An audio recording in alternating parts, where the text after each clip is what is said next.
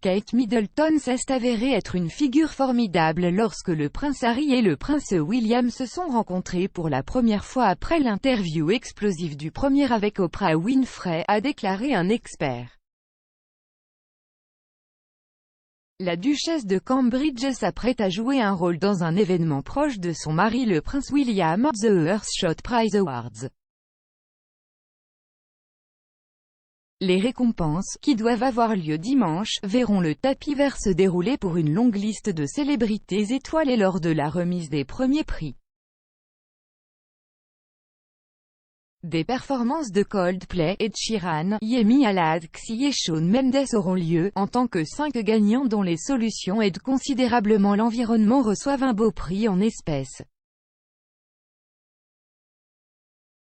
Lancé par le Duc et la Royal Foundation en octobre 2020, le prix Earthshot a été inspiré par le programme « Moonshot » du président John F. Kennedy dans les années 60, qui a réuni des millions de personnes autour de elle, l'objectif d'atteindre la Lune.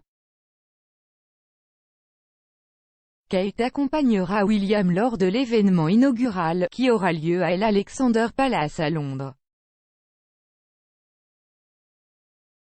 La duchesse a été un pilier sur lequel s'appuyait William ces dernières années, le soutenant lors des retombées importantes de la sortie de Meghan Markle et du prince Harry de la famille royale. Depuis, beaucoup l'ont félicité d'avoir décidé de réconcilier les frères, ce qui a été vu lors des funérailles du prince Philippe plus tôt cette année. Les commentateurs royaux ont analysé la façon dont, à la sortie de la cérémonie, Kate a manœuvré les deux frères ensemble et les a laissés seuls pour parler. Bidisha, un diffuseur parlant lors du documentaire de Channel 5 en 2021 Kate, notre reine en attente, a déclaré Kate elle-même semble se retirer peu pour permettre au prince de marcher directement l'une à côté de l'autre comme si elle disait « Regardez, les gars doivent faire front uni ». Kate Nicole, une auteure royale, a déclaré « Je pense que si vous regardez la duchesse de Cambridge ce jour-là, vous vous dites, elle est assez formidable. Elle est un atout assez énorme. » Alors que les frères se parlaient, les relations amicales n'ont pas duré longtemps. Moins d'un mois plus tard, Harry a parlé sur le podcast Armchair Expert, où il a affirmé que l'éducation de Charles par la reine et Philippe avait entaché négativement sa propre enfance, décrivant ce qui lui avait été transmis comme douleur et souffrance génétique. Et la même semaine, et il est apparu dans le premier épisode de sa série Apple TV+, et de celle de Madame Winfrey, The Miyukansi, avouant son combat contre la santé mentale et étant dans un mode combat ou fuite constant à cause de vie royale. Bien que les frères aient eu l'occasion de parler, des rapports ont depuis suggéré que Kate et William ne voyaient aucun intérêt à parler à Harry en privé de peur que leur conversation ne soit divulguée. Robert Lassay, un historien royal, a republié plus tôt cette année une version mise à jour de son livre de 2020, La bataille des frères.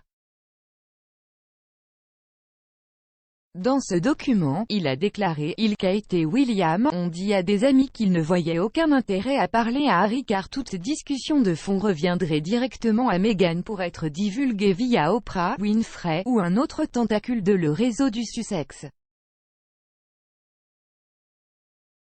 Cette allégation faisait suite aux révélations de Gayle King, une personnalité de la télévision américaine et amie de Meghan et Harry, selon laquelle les discussions que Harry avait eues avec Charles et William après l'interview d'Oprah n'étaient pas productives.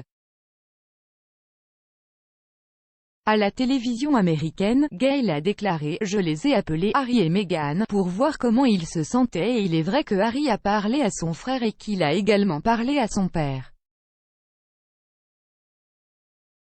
Le mot qu'on m'a donné était que ces conversations n'étaient pas productives, mais ils sont heureux d'avoir au moins commencé une conversation. »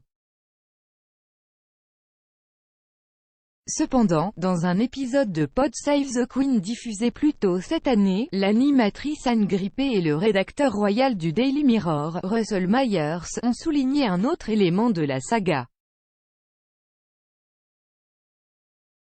Madame Grippé a déclaré: il serait négligent de ne pas souligner la profonde ironie de William et Kate disant qu'ils ne voulaient pas parler à Harry au cas où il y aurait une fuite, et ensuite ils disent que cela finira dans un livre. Monsieur Myers a répondu: eh bien, qui sait qui sont les sources de lacets, et je pense que le lien entre la source du côté des Sussex, que ce soit Oprah ou Gayle King, il disait littéralement: eh bien, je leur ai parlé hier et ceci c'est ce qu'il avait à dire. Les choses vont toujours sortir, n'est-ce pas? Cependant, le fait même de l'immédiateté de ce qui se disait aux États-Unis était sans aucun doute une cause d'alarme. Je sais que cela, les fuites américaines, a bouleversé certaines personnes.